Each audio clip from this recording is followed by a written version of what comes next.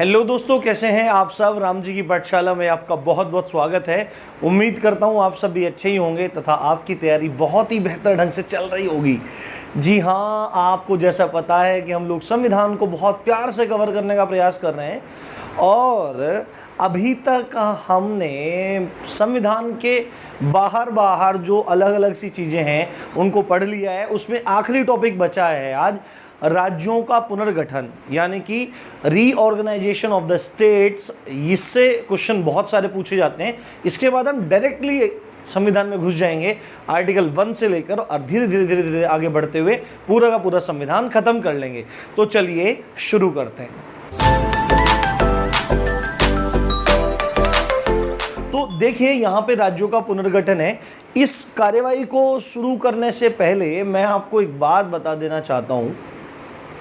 आपको पता है कि लगभग 200 से 250 सालों का भारत में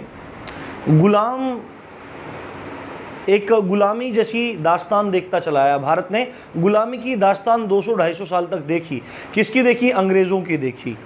और एक्चुअली में उस टाइम पे क्या था कि जब अंग्रेज लोग व्यापार करने आए, यहाँ पे ट्रेड करने आए, तो हुआ क्या कि लोगों को उनकी लैंग्वेज समझ में नहीं आई। ठीक है, धीरे धीरे बढ़ते रहे, गुलाम होते रहे। फिर पूरा भारत जान गया कि फिरंगी हैं, बाहर से आए हुए हैं।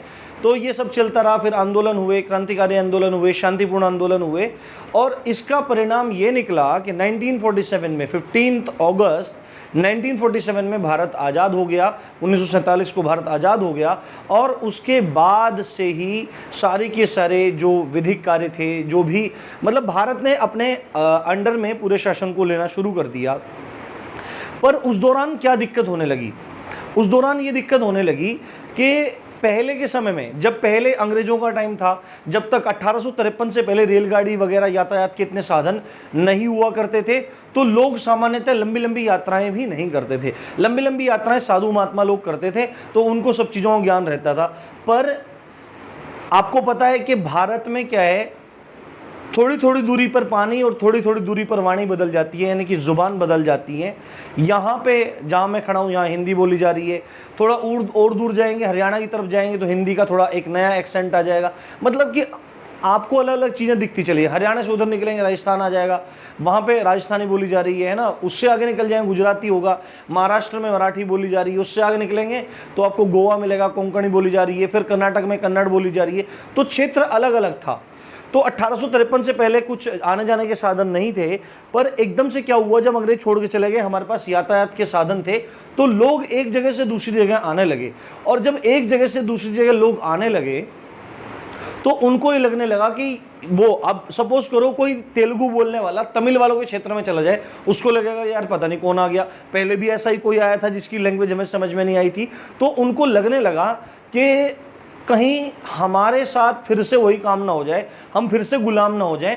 तो भारत में क्या होने लगा कि भाषा के आधार पर राज्यों के गठन की मांग होने लगी कि भाई जिस क्षेत्र की जो भाषा है उस भाषा के क्षेत्र को देखते हुए एक अलग राज्य बना दो आप।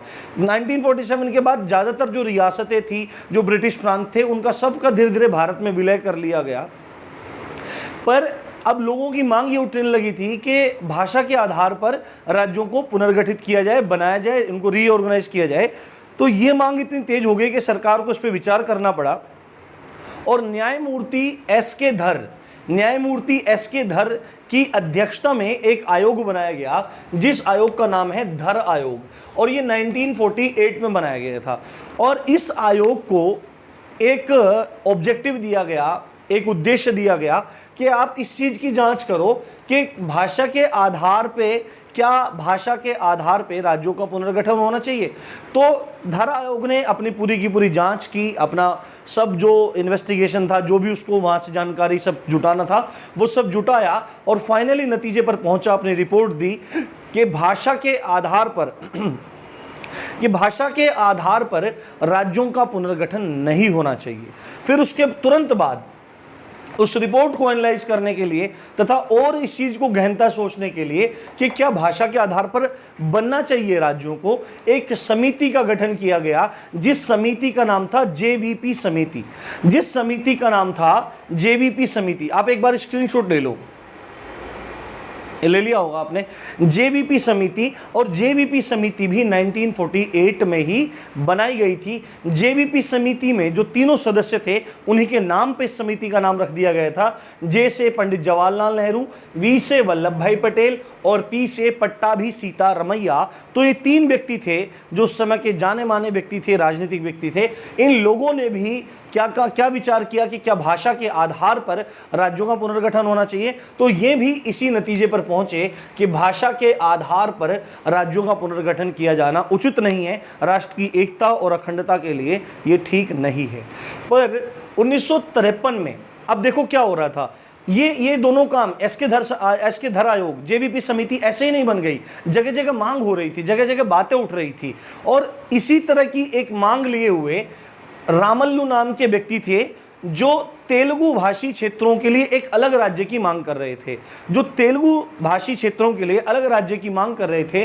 और वो अनशन करते करते मृत्यु को प्राप्त हो गए। श्री रामल्लू की मृत्यु हो गई 1953 में। और जैसे ही 1953 में श्री रामल्लू की अनशन करते हुए मृत्यु हो गई, तो जो तेलुगु भाषी क्षेत्र था, आसपास का क्षेत्र था, उसमें दंगे भड़क गए। और उन दंगों को आनन फानन में दबाने के लिए उस समय भारत सरकार ने कुछ भी विचार नहीं किया और 1953 में लोगों की भावनाओं का ध्यान रखते हुए भाषा के आधार पर पहला राज्य गठित कर दिया, जिसका नाम था आंध्र प्रदेश भाषा के आधार पर गठित किया जाने वाला पहला राज्य है जो 1953 में गठित हुआ। जो भी चीज मैं यहाँ पे आपको बता रहा हूँ वो द मोस्ट इंपॉर्टेंट है, वो आपसे परीक्षा में पूछा जाएगा, ये बात आप ध्यान रखिए।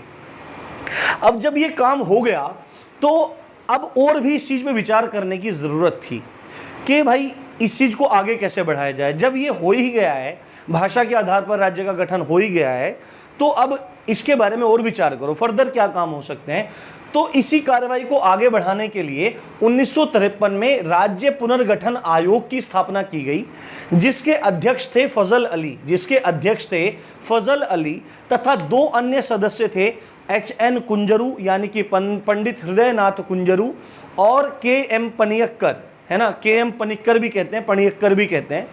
KM पनिक्कर, हृदयनाथ कुंजरू और अध्यक्ष फजल अली, इन तीन लोगों के एक समूह को मिला के राज्य पुनर्गठन आयोग 1953 बनाया गया।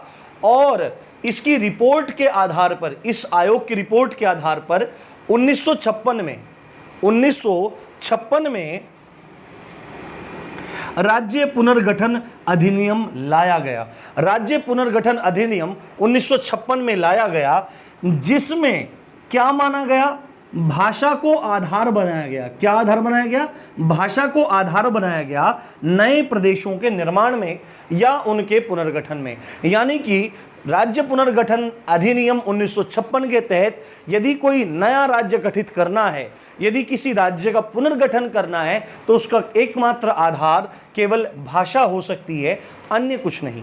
और राज्य पुनर्गठन आयोग के आधार पर उस समय भारत को 14 राज्य तथा 6 केंद्र शासित प्रदेशों में विभाजित किया गया। तो आपसे परीक्षा में यदि पूछा जाएगा कि राज्य पुनर्गठन अधिनियम के आधार पर कितने राज्य एवं कितने केंद्र शासित प्रदेशों में भारत को बांटा गया, तो आपको बोलना पड़ेगा 14 राज्य और 6 केंद्र शासित प्रदेश 1956 में भारत में थे।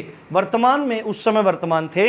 अब हमको समझना है, अब आज देखो, आज के परिप्रेक्ष्य में देखो, आप अगस्त 2019 से पहले देखो, भारत में 29 राज्य और 7 केंद्र शासित प्रदेश थे।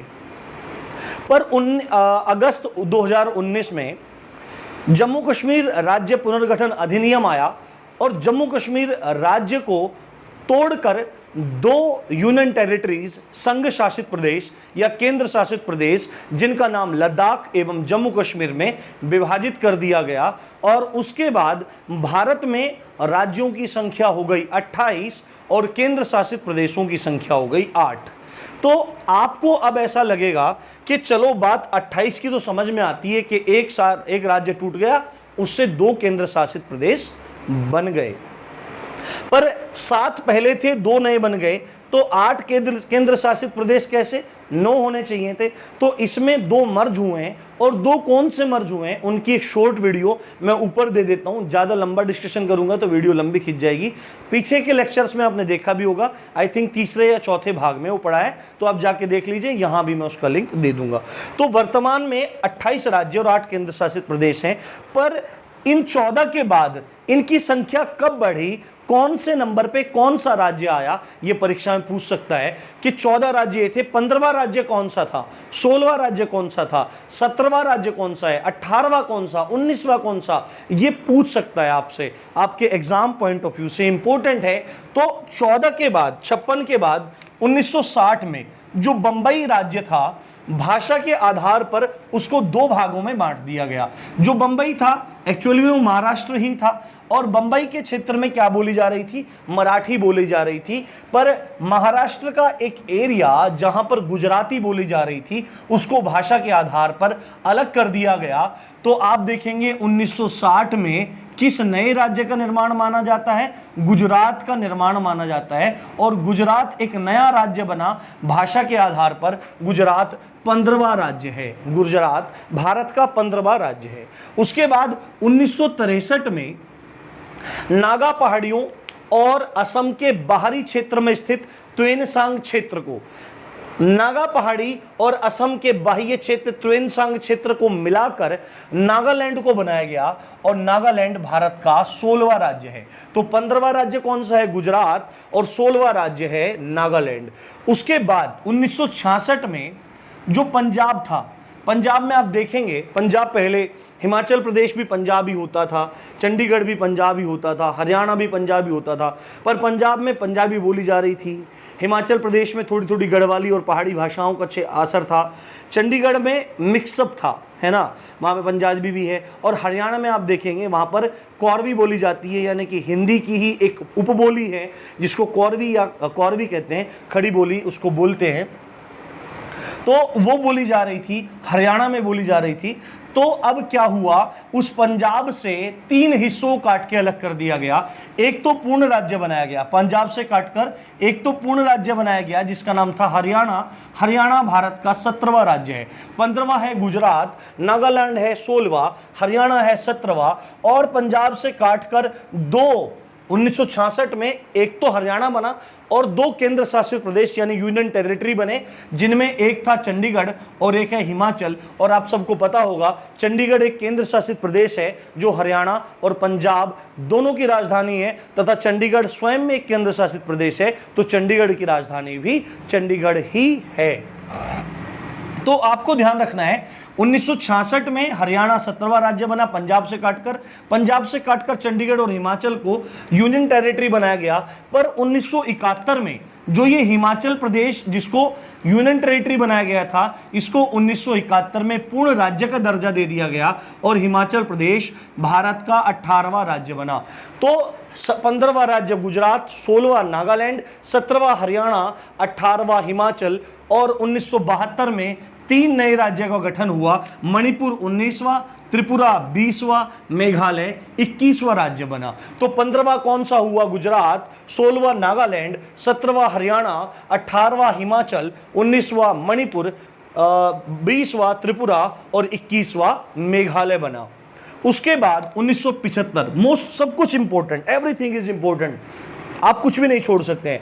1975 में 35वें संविधान संशोधन, मैंने शॉर्ट में लिख दिया है, 35वें संविधान संशोधन 1974 के आधार पर एक 35वां संविधान संशोधन हुआ था जो 1974 में हुआ था, तथा उसका इंप्लीमेंटेशन हुआ अगले साल 1975 में। तो सिक्किम को भारत का संबद्ध राज्य बनाया गया। देखो, भारत के आजाद होने से पहले जो सिक्किम था वो एक शाही राज्य था, शाही राज्य था। वो भारत की एक तरह से राज्य के अंदर नहीं आ रहा था, एक शाही राज्य था, ठीक है। पर वहां के शासक ने भारत में पूर्णतः सम्मिलित होने की सम्मति जाहिर की और उसके बाद 35वां संविधान संशोधन 1974 आया। जिसमें हमने क्या किया, सिक्किम को भारत से संबद्ध राज्य दिखाया, यानी कि ये राज्य भारत से जुड़ा हुआ है। और अगले ही साल हमने 36वां संविधान संशोधन 1975 लेके आए, और 1975 में जो ये 36वां संविधान संशोधन आया, इसके माध्यम से हमने सिक्किम को पूर्ण राज्य का दर्जा दे दिया, और ये 22वां राज्य कहलाया। दी मोस्ट इंपोर्टेंट ये सारा का सारा। तो 15वां राज्य गुजरात, 16वां नागालैंड, 17वां हरियाणा, 18वां हिमाचल, 19वां मणिपुर, 20वां त्रिपुरा, 21वां मेघालय, 22वां सिक्किम, 1987 में फिर से नए राज्य बने, मिजोरम 23वां, अरुणाचल प्रदेश 24वां और गोवा 25वां राज्य बना, 25वां राज्य बना। और उसके बाद सन 2000 में आपको पता होगा, सन 2000 में एमपी से काटकर छत्तीसगढ़ को, यूपी से काटकर उत्तराखंड को और बिहार से काटकर झारखंड को अलग किया गया, यानी कि छत्तीसगढ़ को एमपी के क्षेत्रफल में से बनाया गया, उत्तराखंड को यूपी के क्षेत्रफल में से बनाया गया और झारखंड को बिहार से अलग करके बनाया गया। और छत्तीसगढ़ 26वां राज्य हुआ, उत्तराखंड 27वां राज्य हुआ, जबकि झारखंड 28वां राज्य हुआ। ये आपको बात याद रखनी है। गुजरात 25वां, गुजरात 15वां, नागालैंड 16वां, 17वां हरियाणा, 18वां हिमाचल, मणिपुर 19, त्रिपुरा 20, मेघालय 21, सिक्किम 22, मिजोरम 23, अरुणाचल प्रदेश 24, गोवा 25, छत्तीसगढ़ 26, उत्तराखंड 27, झारखंड 28 और 29वां राज्य आपको पता है, जून 2014 में आंध्र प्रदेश से काटकर एक नए राज्य का निर्माण किया गया, जिसका नाम तेलंगाना था, और तेलंगाना भारत का 29वां राज्य हुआ। तो 2019 से पहले भारत में 29 राज्य थे और 7 केंद्र शासित प्रदेश थे। पर 2019 अगस्त में जम्मू कश्मीर राज्य पुनर्गठन अधिनियम आया और जम्मू कश्मीर राज्य का विशेष राज्य होने का दर्जा धारा 376 के तहत उसको हटा दिया गया, उसको छीन लिया गया, और उसके आधार पर जम्मू एंड कश्मीर और साथ में लद्दाख 2 केंद्र शासित प्रदेश आए। पर अब वर्तमान में 28 राज्य हैं और 8 केंद्र शासित प्रदेश हैं। आपको इन केंद्र शासित प्रदेशों को ध्यान में रख लेना है, वो वीडियो जरूर देख लेनी है, उसमें आपको सब चीज़ क्लियर हो जाएगी। तो अब 2-3 चीज़ें और हैं, उनको और बता देता हूं मैं आपको, चलिए देखते हैं। तो ये नाम आपके लिए जानना जरूरी है। नए राज्य तो बन गए, पर कुछ राज्यों के नाम परिवर्तन भी किए गए। आप यहां से स्क्रीनशॉट ले सकते हैं। 1950 में जो संयुक्त प्रांत था उसका नाम बदलकर यूपी कर दिया गया, यानी कि उत्तर प्रदेश कर दिया गया। तो ये आपके एग्जाम पॉइंट ऑफ व्यू से बहुत इंपॉर्टेंट है, खासकर यूपी के एग्जाम्स में। तो आपसे पूछता है कि यूपी का पहला नाम क्या था, तो संयुक्त प्रांत था।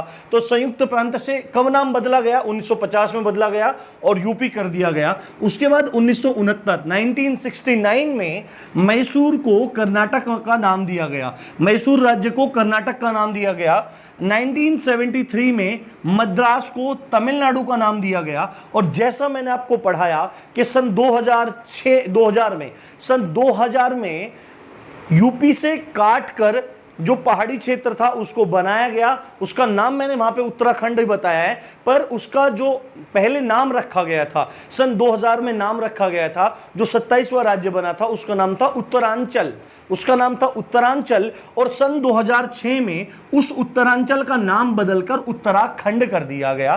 तो ये जानकारी आपके लिए बहुत ज़्यादा इंपॉर्टेंट है। उम्मीद करता हूँ आपका आज का टॉपिक पसंद आया होगा, तो मैक्सिमम शेयर कीजिए, वीडियो को लाइक कीजिए और इसी तरह से राम जी की पाठशाला से आप पढ़ते रहिए, बढ़ते रहिए। इसी अच्छी बात के साथ आप देख रहे थे राम जी की पाठशाला। मैं हूँ राम भारद्वाज। जय हिंद, जय भारत।